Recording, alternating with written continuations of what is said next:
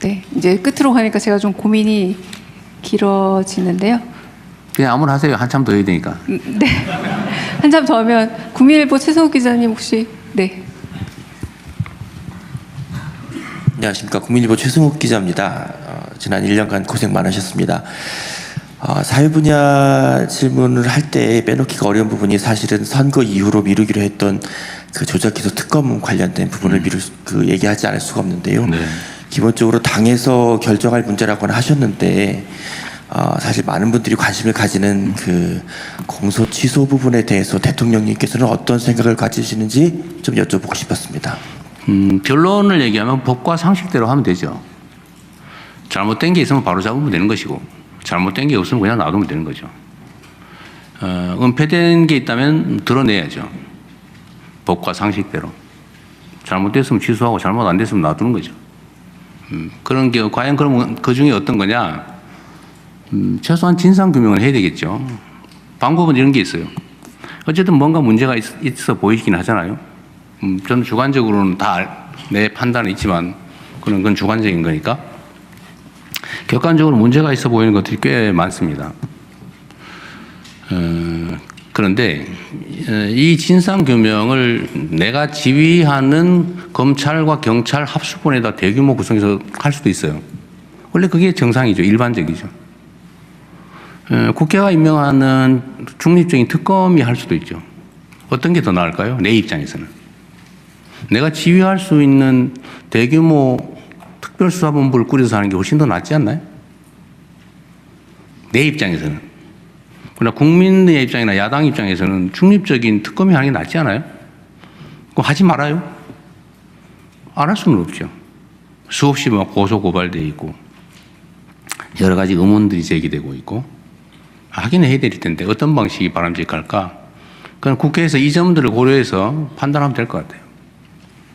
일부러 우리는 내부에서는 안 하고 있죠. 왜냐하면 그 쓸데없이 오해할 테니까 한번 네가 지휘하는 데다 맡겨가지고 수사해서 왜곡하려고 그러지?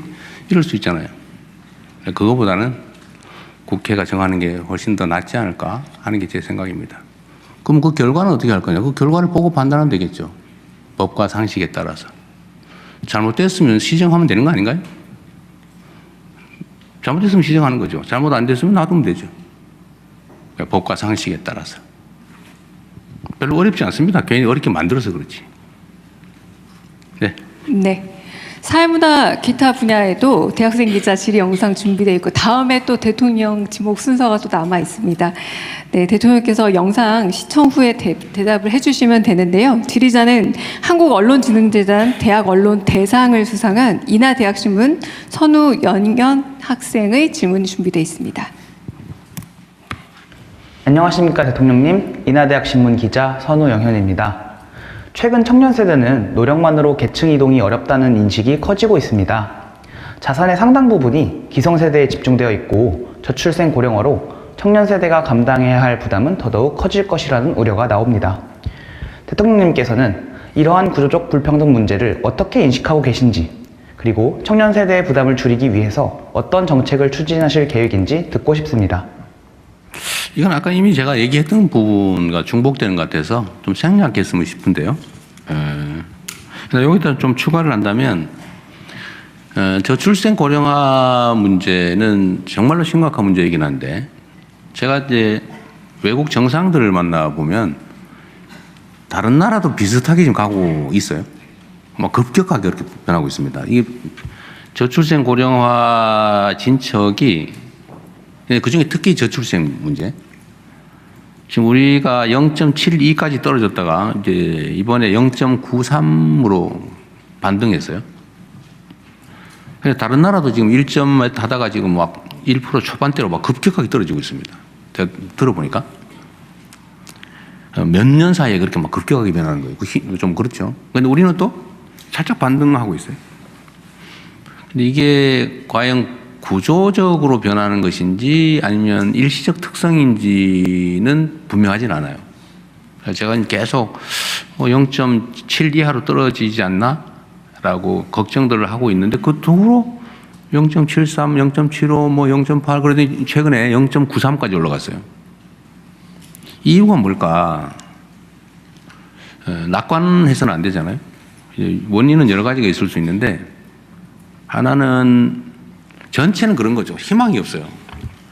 아이를 낳아서 기른다고 하는 게 너무 힘든 거예요. 낳아서 기르면 나중에 내 인생이 좀 펼까? 아닐 것 같아요. 짐덩이인가 평생. 그 아이는 행복할까? 아닐 것 같아요. 나보다 더 불행할 것 같아. 뭐 이런 생각이 드니까 그냥 안 하는 거죠. 결혼하기도 너무 어렵고 결혼해서 사는 것도 너무 힘들고 집도 없고 직업도 내가 확신도 없고 막 이러다 보니까 안 하게 되는 게 제일 큰 것 같아요. 희망이 없는 사회. 희망을 만드는 게 제일 큰 대책이긴 할 텐데 하여튼 그건 먼 장기 중장기 과제이고 그래서 그럼 구체적으로 왜 출생률이 늘어날까?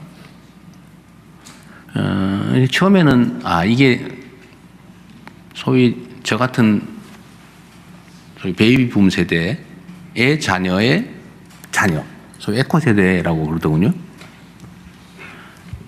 그 출산 가능한 이 숫자가 많아진 거가 한 원인 아닐까? 우리 자녀들이 딱 곧 나게 됐거든요. 파리떼라고 부르는 부모들의 자녀들. 또 한 가지는 코로나 때 몇 년 동안 밀어놨던 결혼 출산을 많이 한 거 아닐까? 근데 이것도 있겠고. 근데 최근에 보니까 이런 것도 있어요. 이게 이제 희망인데. 결혼해야 되겠다. 아이를 낳아야겠다가 많이 늘어났어요. 통계적으로. 한 10%포인트 정도씩 대충 정도로 늘어났어요. 그거는 꽤 희망적인 거죠.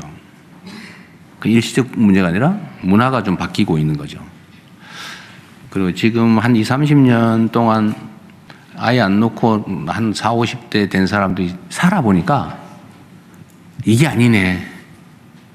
힘들어도 자식을 낳아야 되겠네.